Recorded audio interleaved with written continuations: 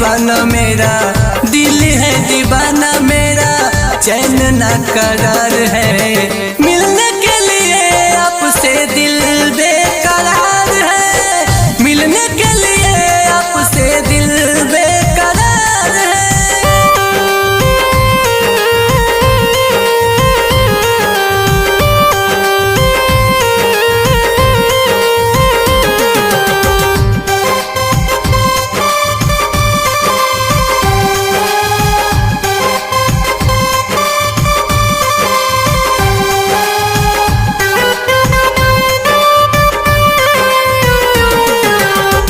आप मेरे रब हैं, आप मेरे दाता, आपके सिवा कोई मुझको न भाता।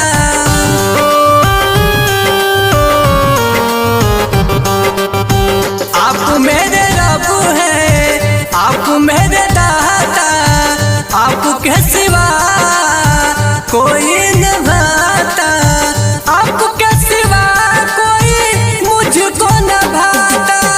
नैन मेरा राह देखे, नैन मेरा राह देखे, नैन मेरा राह देखे, आपसे ही प्यार है।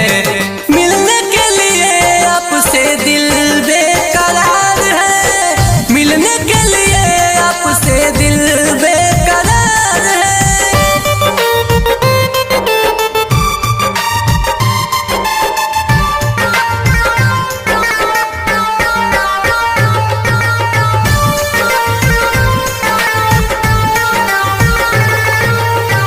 कैसे भुलाए आपको करने की बातें, हटता नहीं दिल से तेरी ओ यादें।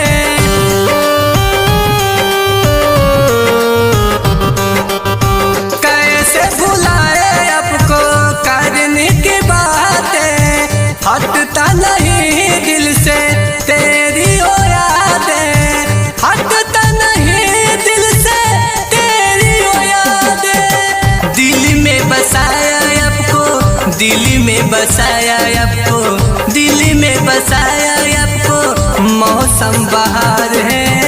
मिलने के लिए आपसे दिल बेकरार है, मिलने के लिए आपसे दिल बेकरार है। दिल है दीवाना मेरा, दिल है दीवाना मेरा, दिल है दीवाना मेरा, चैन ना करार है।